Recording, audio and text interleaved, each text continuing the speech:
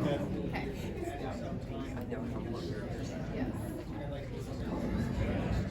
You'll have to wrangle it. Yeah. You got it. No? Oh, you're there. You just speak right into it. Hi, everybody. Welcome. I'm really, really happy to see so many people here.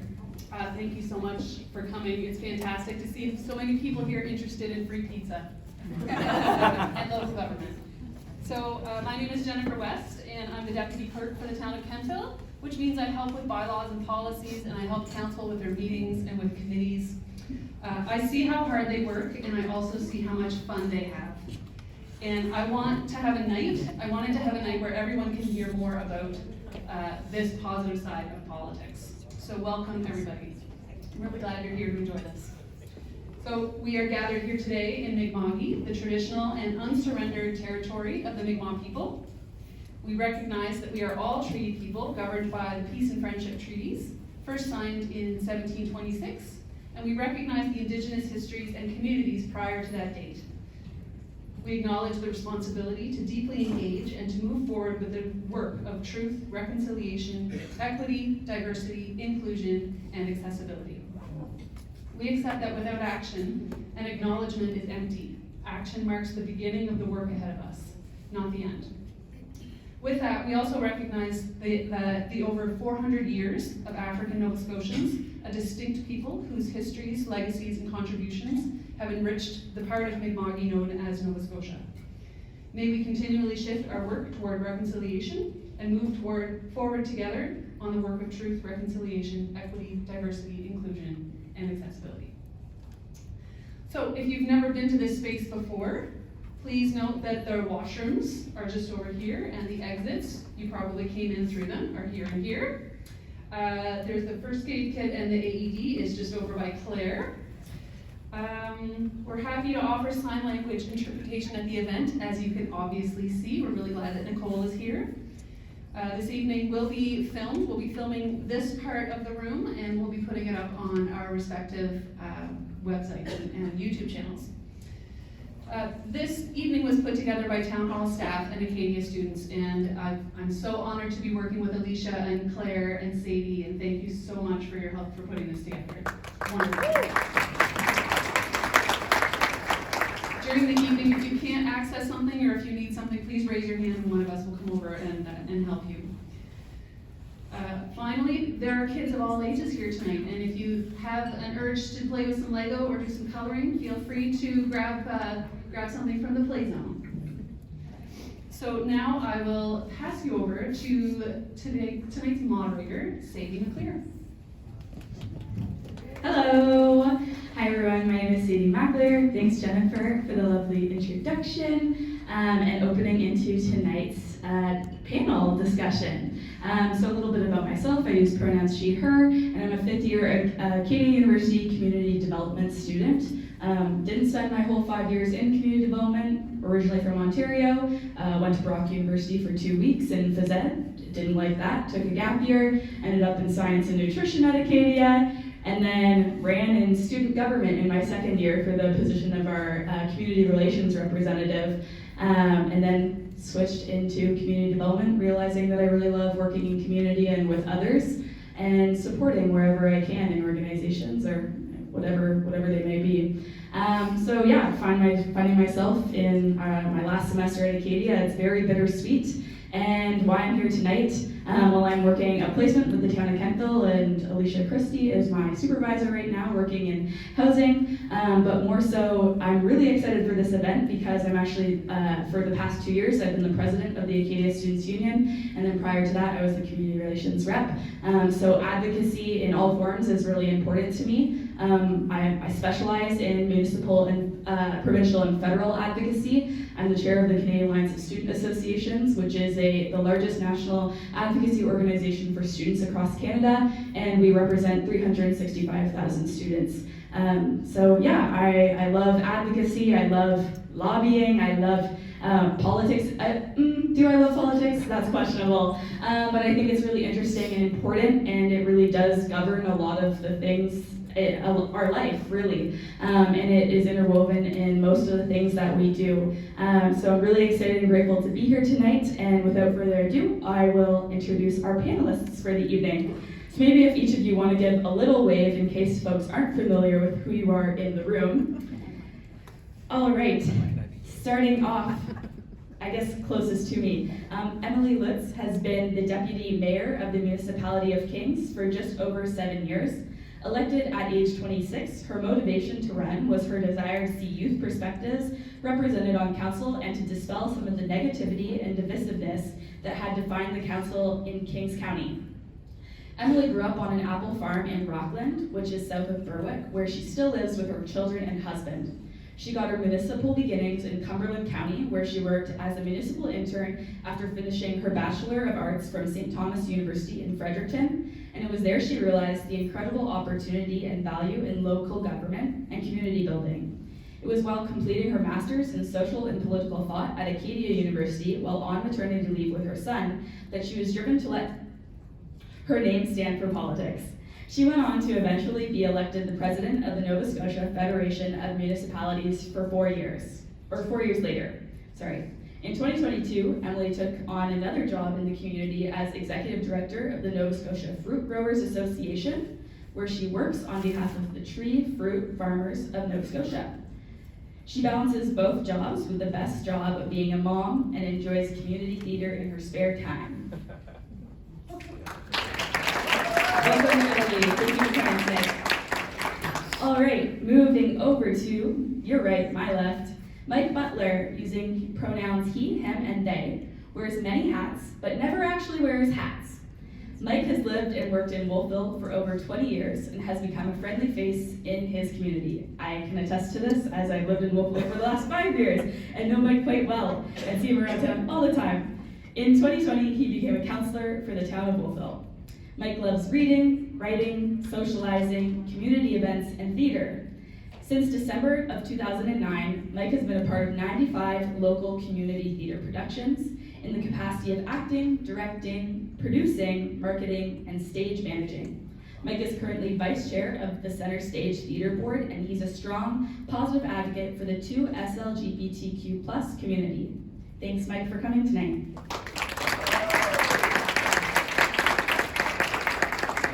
And last but certainly not least, we have Pam Mood, who comes to us from her hometown of Yarmouth, which she refers to as the best piece of real estate on earth. That's correct.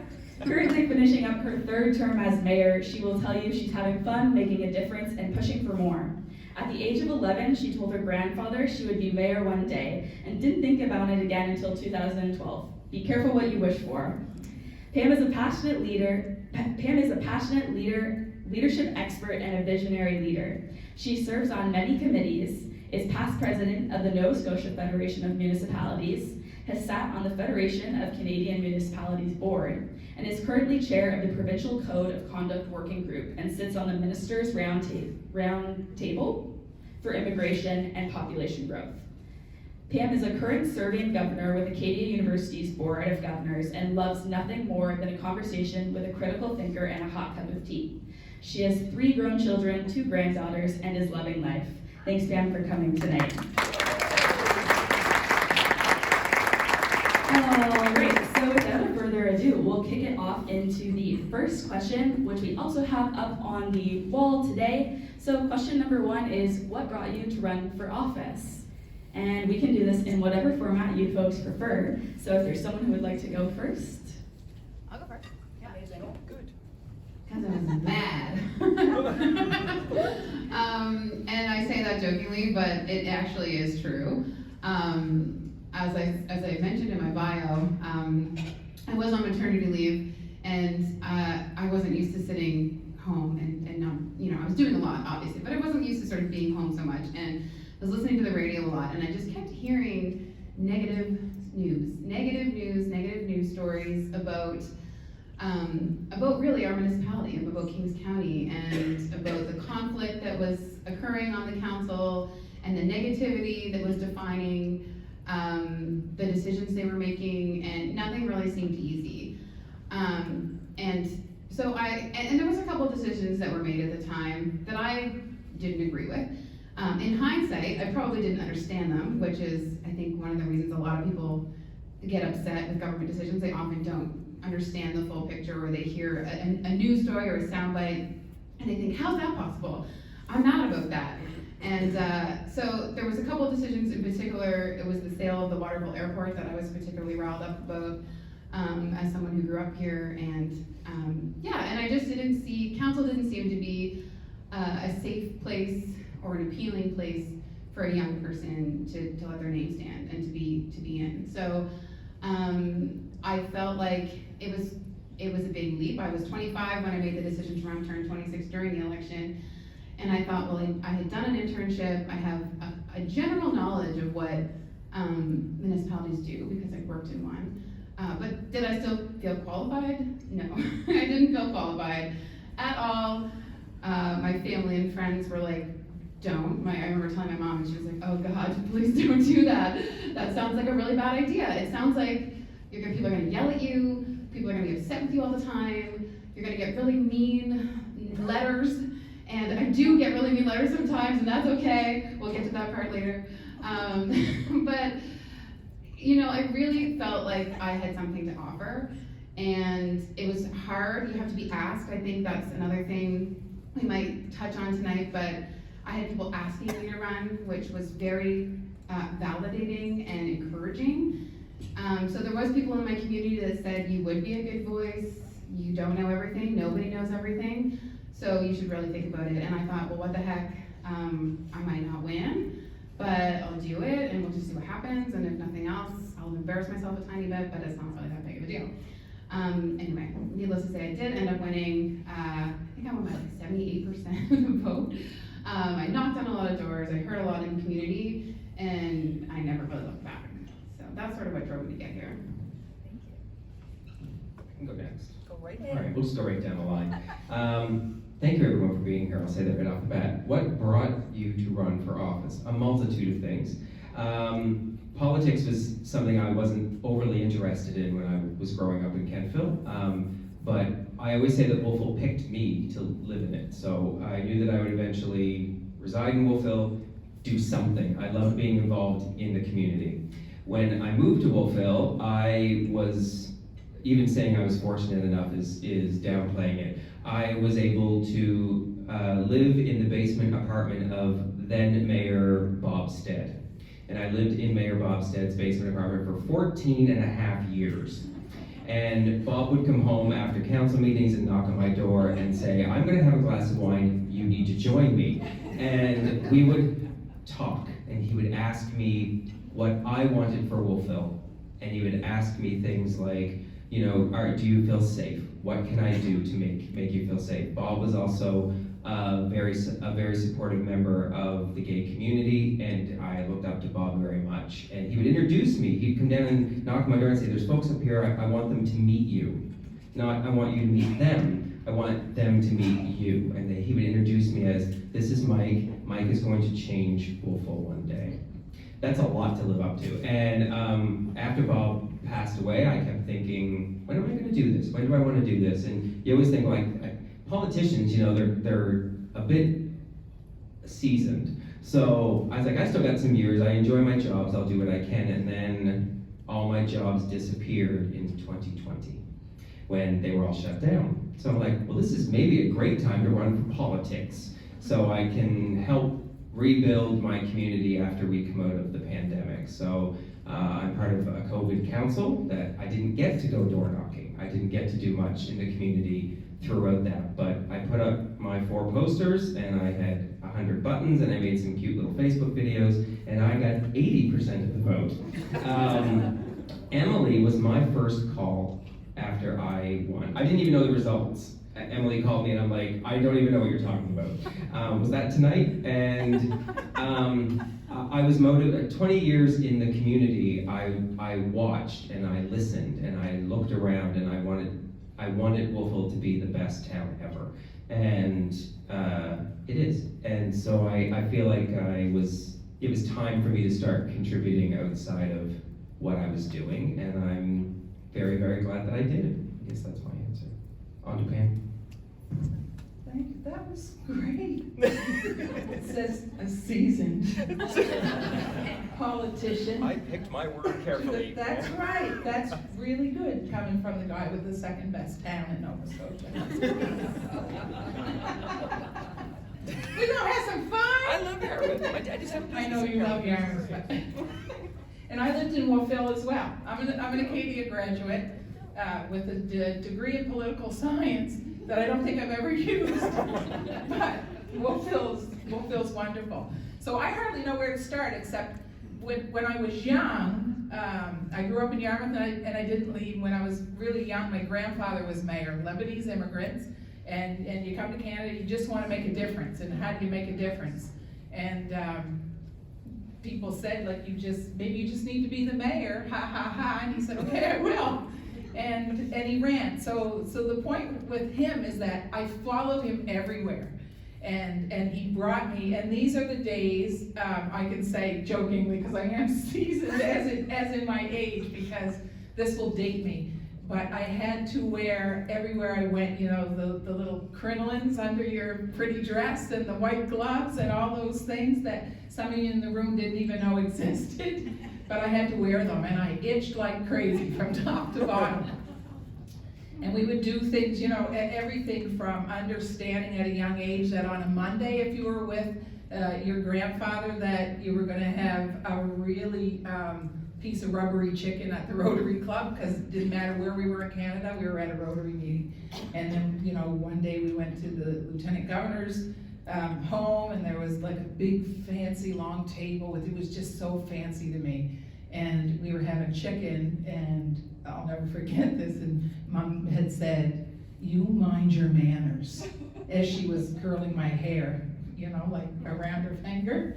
Some of you get that too.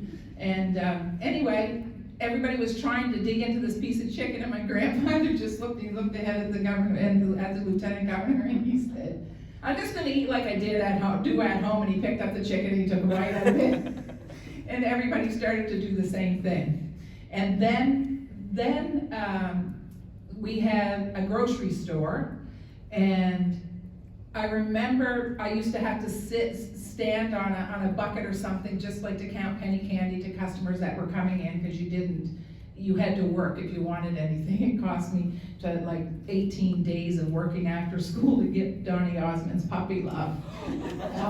Right? Do you like Donny Osmond's Puppy Love? Yeah, so do I.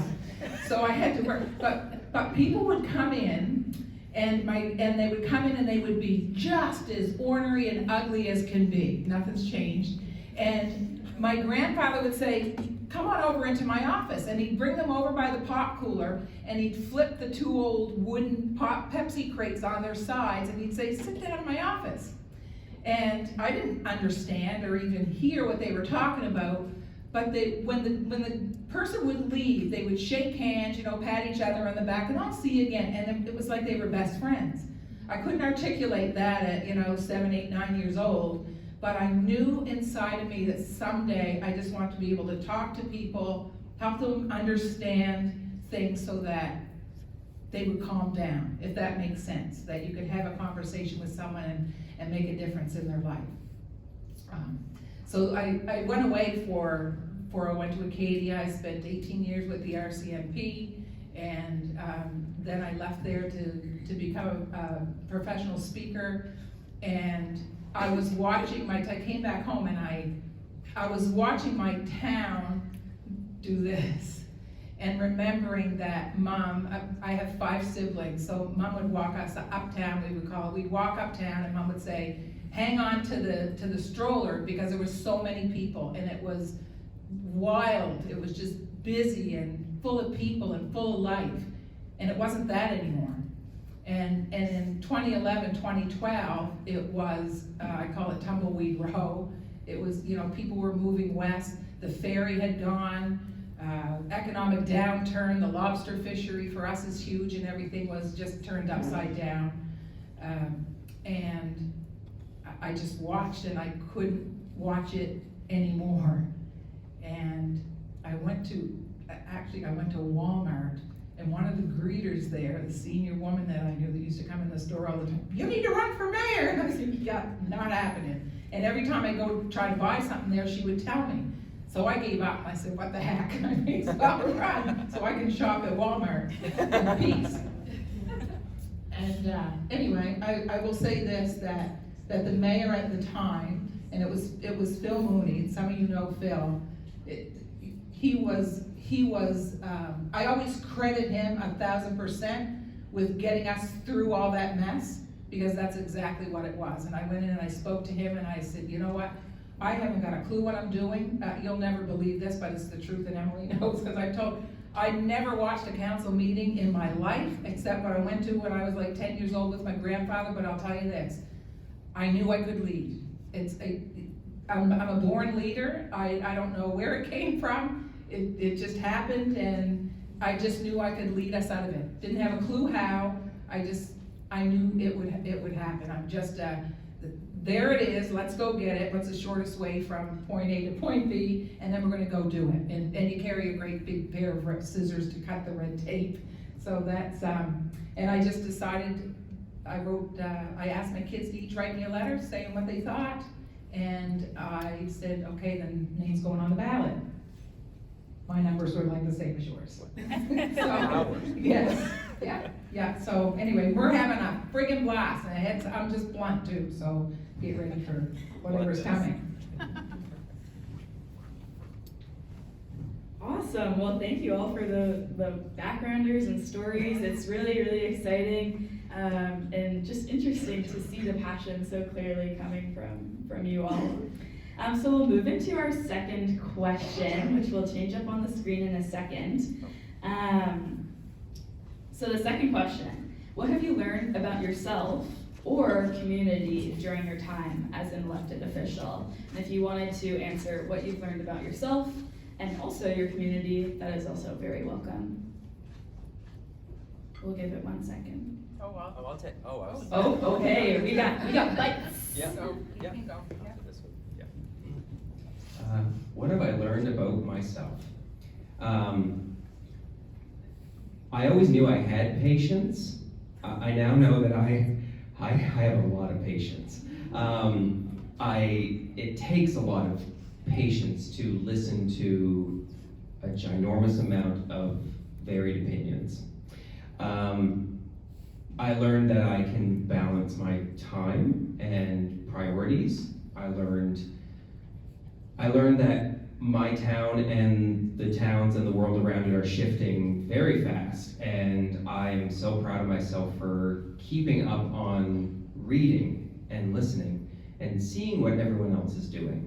I was worried that I would only be able to focus on what was going on in Wolfville. You really have to check in with everyone around you, the towns, the municipalities, the province, the country, because it all affects us. I learned that I am a voice for those that don't like to speak up, and that's intimidating. I learned that I can walk down the street and know what I'm talking about when I'm approached right off the bat. People scream out their store windows. People just pull up in their cars, and sometimes they say, hey, you want to go for a ride? I got some things to say about Wolfville. And I say, no, stranger danger. Maybe just send me an email. Here's my card. And I'm like, oh, wait, Dad. And then it's like, so I've learned a lot about myself. You walk in thinking, can I do this? Can I do this? And you get a lot of support. And then, I'm going into my last year before I decide to rerun. And I think that I want to continue. And that's something also to learn about yourself, is whether you think you want to keep going on. What have I learned about community during your time? I learned that Wolfville specifically is filled with a beautiful demographic of a lot of opinions, and you have to be able to listen to those young families, students, the older population, those that have accessibility concerns. Wolfville has probably, and I mean it's debatable, every community has it, but there's such a mix. There is such a mix, and it's ever changing with the university. And we as councillors have to be on top of that. And being a very prominent member of the community, I have to stay on top of those things. So getting to have a good relationship with the university certainly does help. I know that my community is growing, and I have to keep an eye on that and make sure I'm listening to all the opinions of those that have lived in Wolfville for 50 years and those that have been there for 5 years. And it's tourist heavy, so I gotta keep up on the tourist business and all of that stuff. I'm proud of the work that my council and myself have done, and I'm proud of where Wolfville is going to be going. So that's my answer. Pam. I have to listen to what Emily's saying. So what have you learned about yourself? I've learned a lot about myself. It's been almost 12 years, and every day it's different. You know, you look in the mirror and you say, sometimes I don't recognize who I was 12 years ago. I know that I am a sponge for knowledge. And when I said earlier that, I hadn't watched a council meeting, I didn't understand, I just knew something in my gut just said, I can lead us out of this mess. And I still don't understand what that is, but you know what? You don't, if anybody in here is thinking about running or has run or whatever, you don't have to know it all. You just have to surround yourself with people that do. And I say I have an amazing team, and I have a lot of great friends. Emily gets a lot of phone calls. I might yell at the beginning, and then she knows, okay, the question's coming. But you just have to surround yourself with the people that know. I give public credit to my CAO on a regular basis. He's the knowledge to my let's get it done. And I remember every day for the first 4 years of being elected, every single work day, I spent between 2 and 4 hours in his office every day. And he would say it's true if I said, I even asked, why in the heck are the town hall walls painted peach? They don't go with my color. But I did ask him that, so we gotta do some painting, and he's just like, oh my gosh, just run the town, never mind about the walls. And I said, no, you gotta feel good to be able to get the work done. So I'm a lifetime learner. I've learned that about myself. You never stop learning. When you stop learning, you may as well stop doing everything. I've learned that I was always gutsy and had a little bit of confidence, but you don't articulate that until you are put in a public. When you're put in a public place where you have to make the toughest decisions and your people are looking around saying, why are you doing that? When, bluntly put, I have been under police watch twice because of death threats.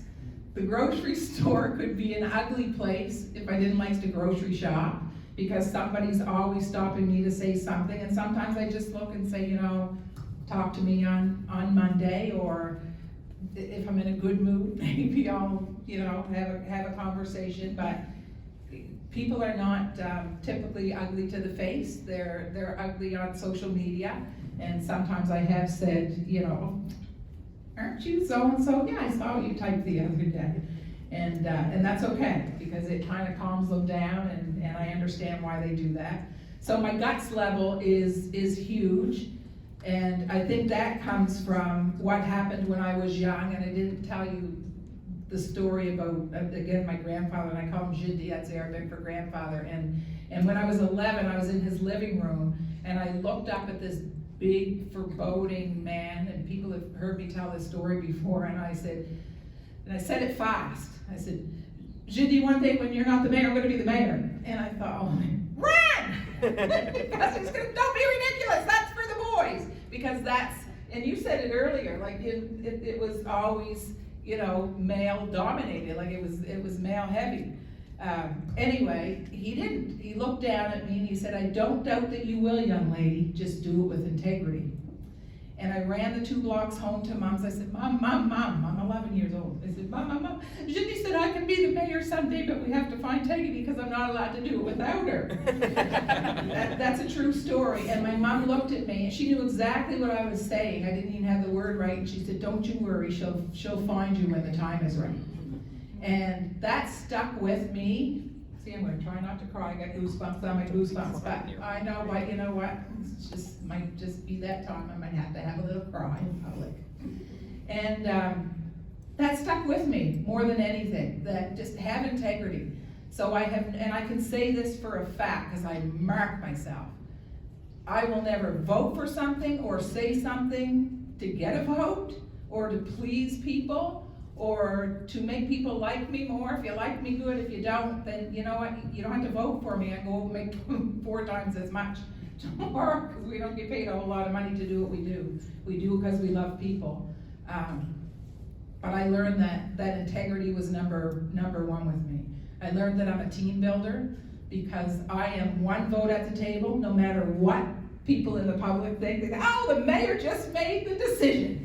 She's the tiebreaker. No, she's not the tiebreaker. She's 1 of 7 votes at my table. So my team is tremendously valued. If there's something important, I just make sure that I ask each one of them what they're thinking, because sometimes they're a little bit shy.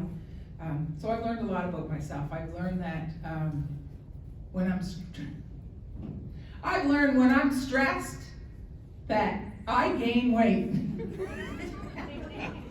And I just think, I've had 3 or 4 people that like, oh man, you look good. I said, well, didn't I look good before? But anyway, but here's the thing. Like, I could be drinking, I could be doing drugs, I could be doing anything, but I eat when I'm stressed out, and I couldn't understand. I came out of a church setting. I ran women's ministries for 20 years, where if you have so much as a sniffle, people are coming, they're giving you a hug, they're dropping soup off, they're loving you to pieces, and I walked into politics. Wasn't that precious? And it was night and day, and I just couldn't, my spirit, this is fluffy, but it's true. My spirit could not understand what was happening. So I ate and gained a lot of weight. And then I realized something you learn about yourself. I realized, you know what? This is about other people as well, the second question. People are hurting, and hurting people hurt people. And it wasn't about me. It wasn't personal. So some of those people that were ugly just owe me some clothes. I don't know what else to say.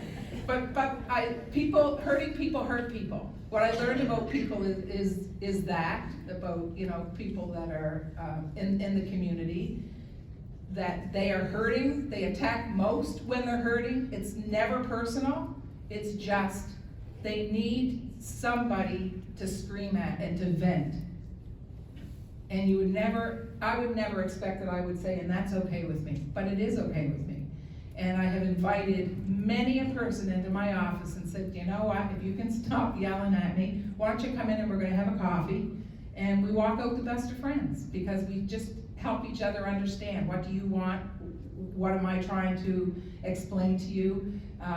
And the other thing is just that I've learned that people, and Emily said it earlier, folks simply do not understand. And it's all, I'm gonna run for office because I'm gonna change 1, 2, and 3. And as soon as you're on the other side of the table, you're like, no, there's good reason, that's the way it is. And it's an eye-opener. So I genuinely love people, or I couldn't do them. I don't like them all the time, okay? But I love people right to the core of who they are, because I think people don't wake up in the morning and say, you know what, I'm just gonna be ugly at the mayor because she sucks. Well, some people think that, but in general, yeah, they're in a mess and they need somebody to help them get out of it, and that's what we do. I'm not timing myself, so just go like, go. Both take it.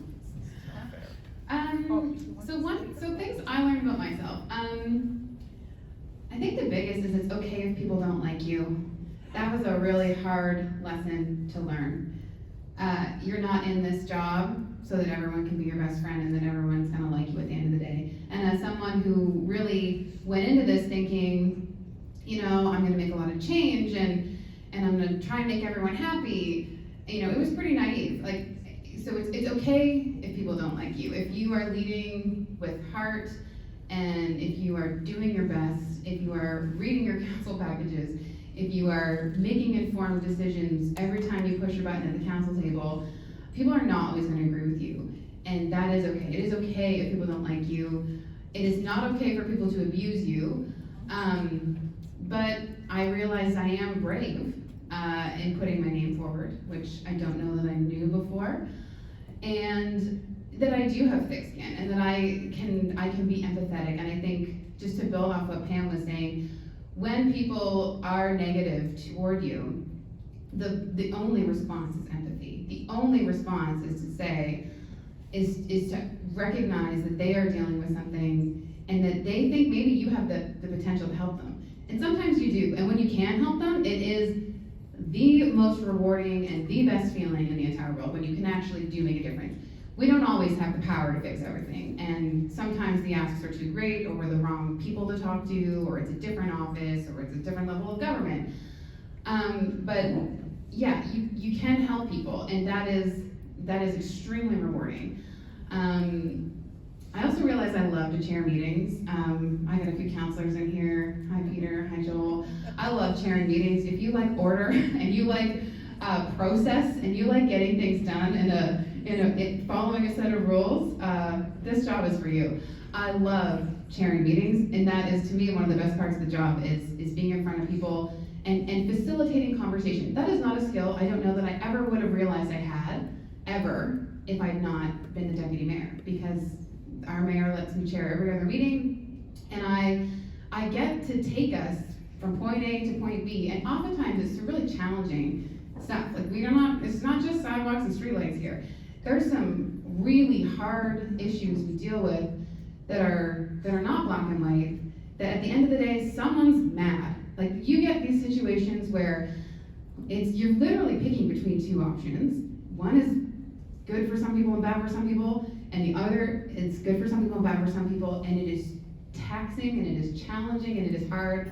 But one thing I realize is, like, I think, and you can talk to those guys after and they might disagree, I don't think so though, that I do a pretty good job at guiding those conversations, and that's a really cool strength that I didn't know I had, and I love being able to do it. I love facilitating and making sure everyone has their say, but also being like, whoa, we're good, let's just like pivot, and it's the same when we hear from the public. So that was a really cool thing to learn about myself. I had no idea I had that skill, and I love doing it. The other thing I would say is I can make change, and I'm just gonna give a quick example. So when I was elected, it was 2016, and I had an 18-month-old son at home. And very shortly into my first term, the first year, my colleague Meg got pregnant. And then like 6 months later, I also got pregnant. So we're both pregnant on council. Never been done before, that we knew of in Nova Scotia, or maybe not, might have been done before. But so we're both there, we're growing our babies, we're talking about what comes next. It's a 4-year term, there's no breaks. If you get, you don't get just like to step out for a little bit and come back. Your name's on the ballot. You represent people until you die, basically. That's the only way out of this job, is until the next election or until you die. It doesn't matter if you're in labor and delivery, you're still the deputy mayor. The nurse still might ask you about her property taxes. It's just one of those hazards of the job. So we started talking about what this looks like, and there's a rule on council that if you miss 3 meetings without excuse, you can lose your seat, essentially. And if you have a benevolent and wonderful council, they will just excuse you till the cows come home because you had a baby. So they'll just say, look, but really, there's an element in that of having to ask permission, of being like, will you please excuse me because I just gave birth a couple times in a row, right? Until you come back to work. I didn't really take a lot of time off either time, but regardless, there's that weird element. So we started talking about it, and we said, this really isn't fair. This could be a barrier to young parents. This could be a barrier to people wanting to get involved but not sure what this looks like. And so we went to the Federation of Municipalities. there was a committee set up by the government at the time, and they literally changed the Municipal Government Act to allow for parental accommodation in the municipal government. So, it wasn't easy. I mean, it wasn't easy. We had a few rumblings on my own council, like, oh, we're not gonna really have breastfeeding in here, are we? Well, yeah, we did breastfeed, early in council. Not on camera in those days, back in the day. We're on camera now. I still would. But, you know, it took some changing of mindset, and just being there made that happen. Yeah, we made some efforts, but I really don't think that if the council had looked like councils of the past, they would have been talking about accommodating parents, because there was nobody there who was giving birth on council at that time, right? So just by being in the room, our conversations were different, our conversations changed, and that was pretty cool. And we had a lot of support from our councillors at the time, a lot of support from the mayor, and I'm really grateful to my colleagues who supported me during that, because it was awesome. I made a lot of notes over here. Oh, the last thing I'll say is,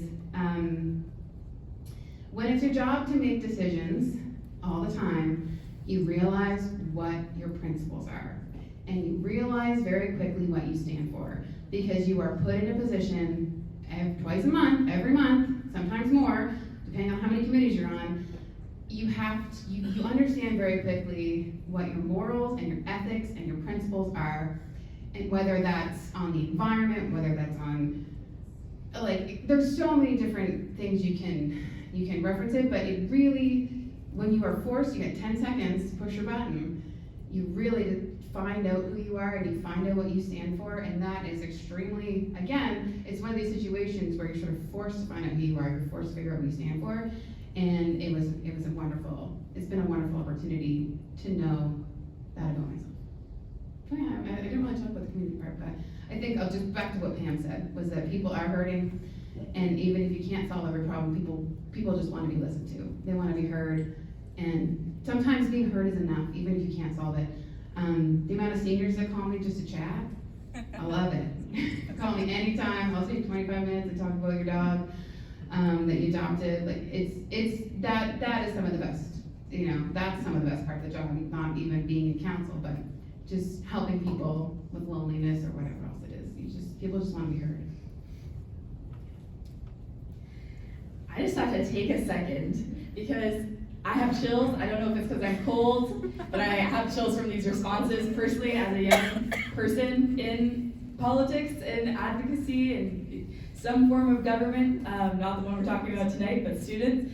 Yeah, those answers I know personally were really helpful for me, so thank you. I'm really appreciative of the vulnerability you folks are taking too, and having honest, authentic conversations with us tonight. So thank you for that.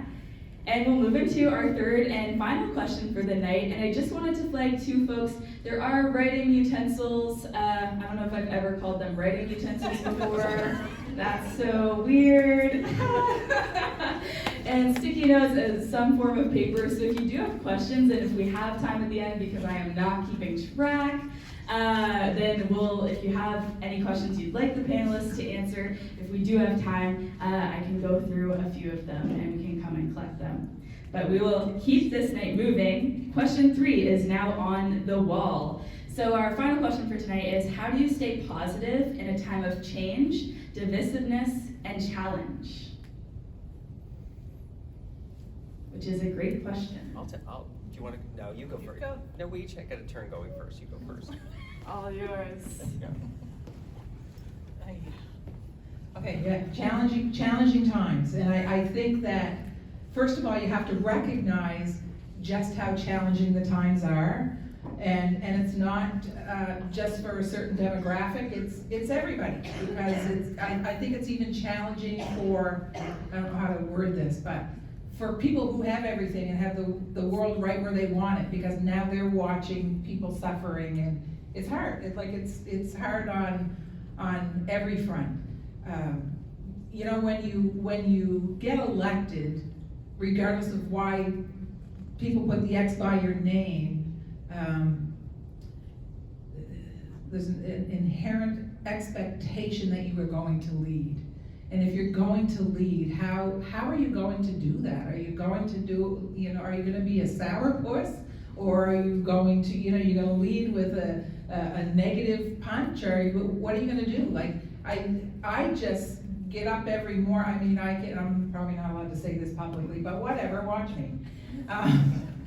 My feet hit the floor, and before my feet hit the floor, I always say, you know what, I'm so thankful, I just woke up. It's a beautiful day, the bed was comfortable. Taking my stuff. Right, see, we basically all think the same. It's just a world that we live in, and I'm thankful for that. And as the person I am, I also say, you know what, God, I'm gonna bump into a whole lot of crazy things today. You can have them. Like, just, what am I supposed to do? What am I supposed to say? And it's that whole, that praying for wisdom and guidance and all that stuff, however you do it, because everybody is different. Because we know we're gonna bump into different people. I think if we had to follow somebody, as followers, we would follow that positive person that's gonna take us to a good place. That even though things can be ugly and down and we don't know what we're going to do, that I just need somebody in front of me that's positive and upbeat and is saying, we can do this, we can do this, we can do this. I've done that with 3 children, and it's wild. Like, it's, how do you get them where they need to go? I have 3, this is a sidebar, I have 3 grown children. By grown, I mean they're out of my wallet, okay, because that's the only test. That's the only test. I have, my oldest is the Equity, Diversity, Inclusion Officer for Sport Nova Scotia down in our end of the province. I have, my baby is a designer. She's a HGTV. She did the an HGTV show. And my middle boy is in Saskatoon with my grandbaby, and he's a PhD environmental scientist. So how do you get them where they are to where they need to be when they're young and they're fighting for, I'm tired, and is this what I want to do, and can I do it? And the answer is you just keep throwing the positive, and $50 in a card here and there, but you keep throwing the positive at them, and you help them understand, because we all need help understanding. It's going to be okay. It's going to be okay. We're going to wake up tomorrow and life's going to be good. I have been called, oh my gosh, I've been called names because I'm positive. There's Miss Susie Sunshine, here she comes again. And I'm like, well, what do you want me to be, an old grump? But it doesn't, I just laugh it off. I have been tremendously blessed with a sense of humor and the ability to just laugh my way through everything. I've laughed my way through things that were so inappropriate to laugh at. I'm lucky I'm not in jail. And that could happen sometime soon. So, when we were trying to redo Main Street in Yarmouth, and if you were in Yarmouth 10 years ago and you've been recently, completely different. And I said, can we just, we came up with a program, it's the facade program, and we put a ton of money, council put a ton of money into, can we just make this look like a happy place?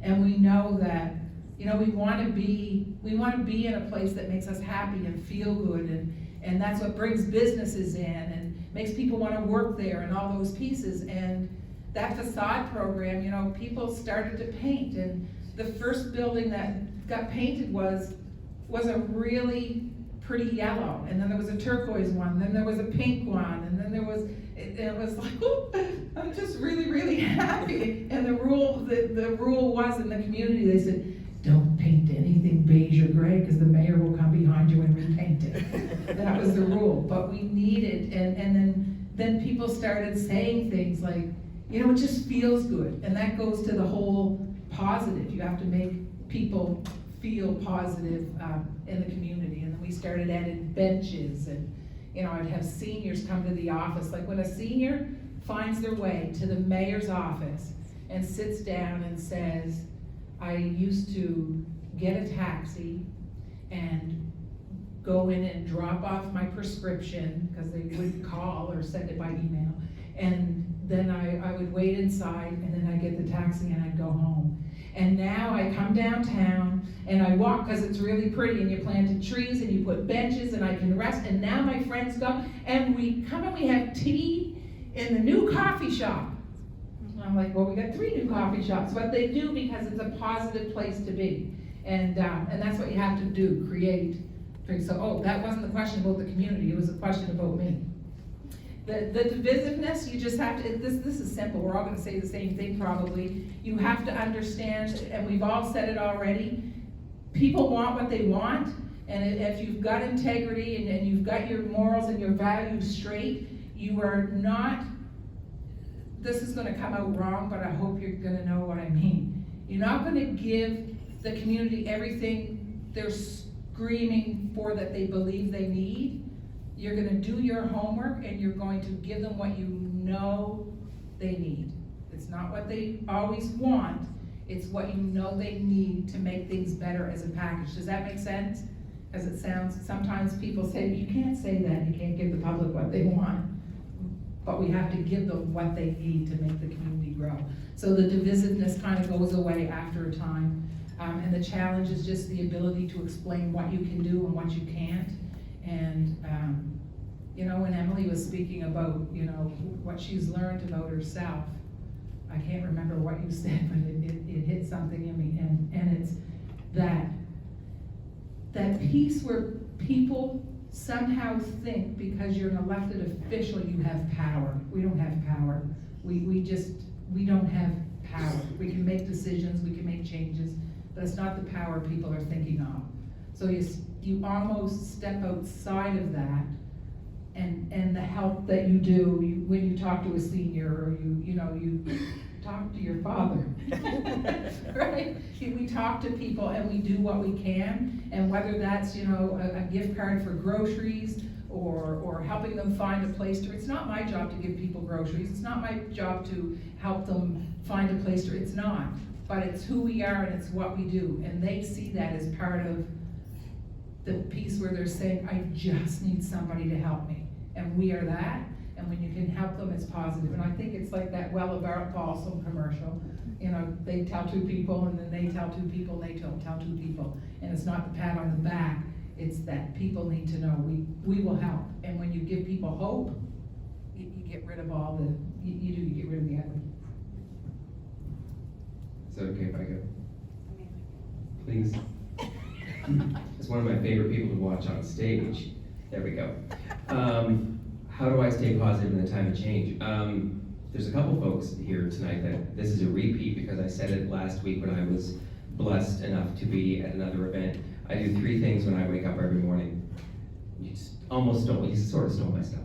I put on my socks because my feet are always cold in the morning.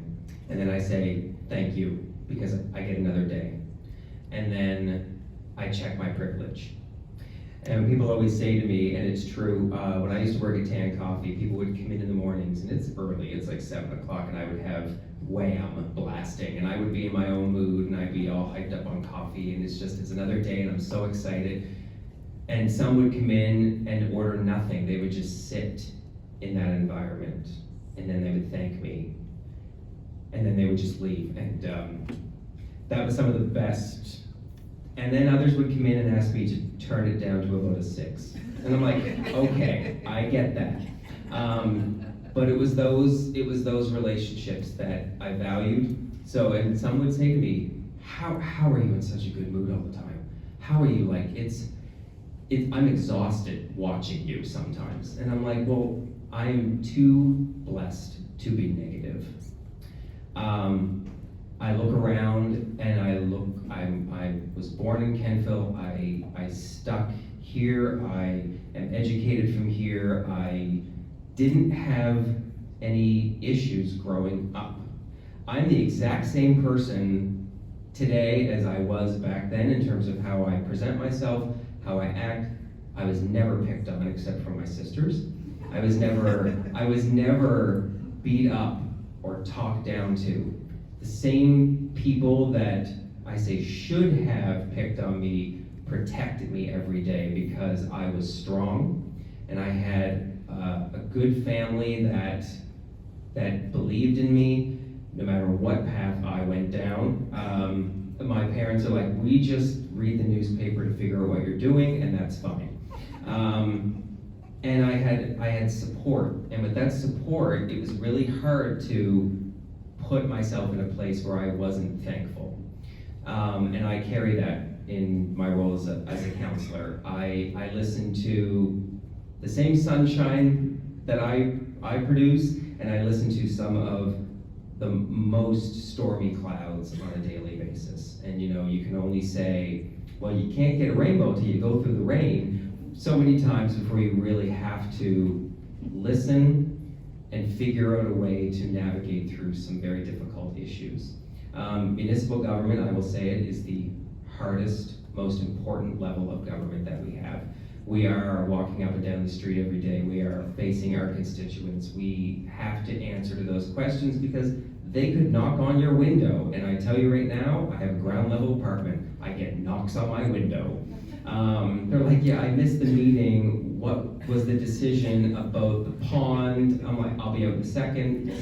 We'll sit on my deck and be fine. But I check my privilege every day. I know that I'm able-bodied and I'm mentally able to help others, and I don't take that for granted. I have a passion for theater, and I see a lot of youth coming up in the theater world, folks that are just trying to figure out a way to express themselves, and I love that. And if I can help them, and they come to me and they want advice, I like being a positive member of the community. And some folks are very surprised, they're like, wow, it's really great to just have a conversation with someone who listens and doesn't tell me what to do. They just say, well, you could do that, you could do this, here's where you could also go to get more advice and support. Divisiveness and challenge, well. Yes, we live in a world where there is a lot of separation and a lot of anger and a lot of miscommunication and confusion.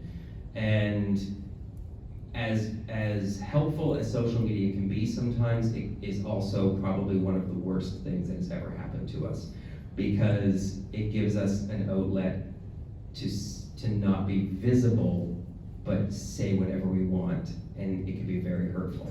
I try to keep my social media as positive as possible because, again, I don't have time to welcome that into my world. I know it's going to happen anyway, but I just have to get through. I get the same minutes as everybody in the run of a day.